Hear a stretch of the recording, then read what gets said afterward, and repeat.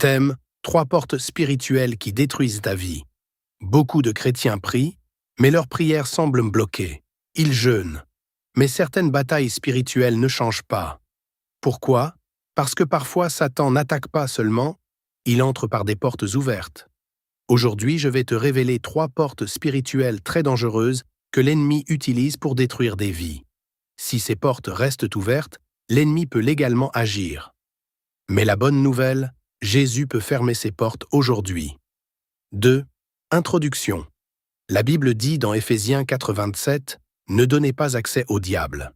Cela signifie que certaines attitudes, certains péchés et certaines pratiques ouvrent des portes spirituelles. Et beaucoup de personnes souffrent sans savoir pourquoi. Aujourd'hui, nous allons découvrir 3 portes spirituelles dangereuses. Porte 1. Le péché non repenti. La première porte spirituelle est le péché non confessé.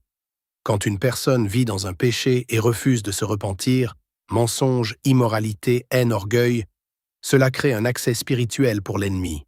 La Bible dit dans Proverbe 28:13 « Celui qui cache ses transgressions ne prospère pas ».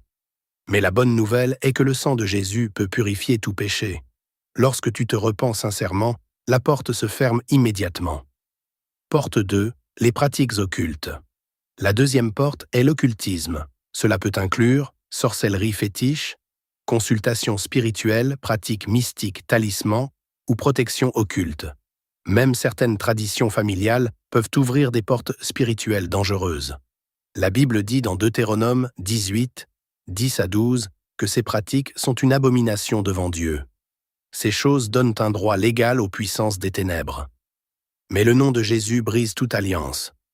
Porte 3. Le pardon refusé.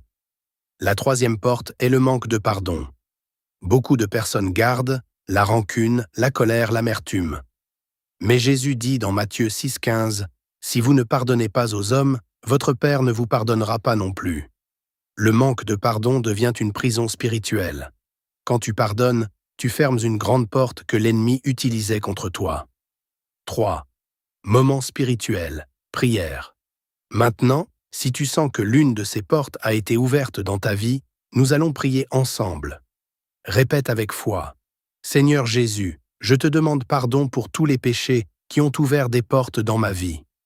Par la puissance de ton sang, je ferme maintenant toute porte spirituelle. Je renonce à toute pratique occulte. Je décide de pardonner à ceux qui m'ont blessé. Au nom de Jésus, toute influence des ténèbres doit quitter ma vie. Amen. 4. Appel à l'action. Si ce message t'a aidé, écris Amen dans les commentaires. Partage cette vidéo pour protéger quelqu'un. Abonne-toi pour recevoir des enseignements puissants parce que la vérité libère.